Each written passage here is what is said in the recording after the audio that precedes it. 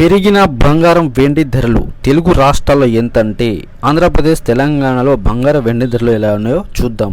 చూసే ముందు మన ఛానల్ని కొత్త వాళ్ళైతే సబ్స్క్రైబ్ చేసుకోండి అండ్ పక్కన బెల్ ఐకాన్ ప్రెస్ చేయండి. వీడియో మాత్రం లైక్ చేయండి. Thank you. దేశంలో బంగారం వెండి ధరలు పెరిగాయి.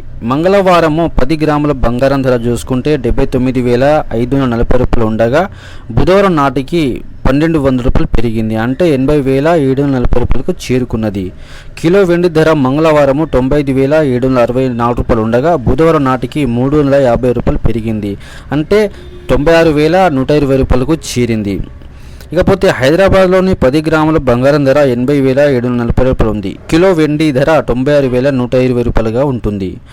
అండ్ విజయవాడ 10 గ్రాముల పసిడి ధర చూసుకుంటే 80,740 రూపాయలు ఉండగా కిలో వెండి ధర 96,120 రూపాయలుగా పలికింది.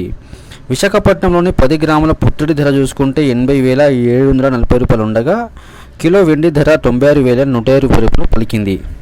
పొద్దుటూరులోని 10 గ్రాముల పసిడి ధర చూసుకుంటే 80,740 రూపాయలు ఉండగా కిలో వెండి ధర 96,120 రూపాయలుగా ఉంటుంది.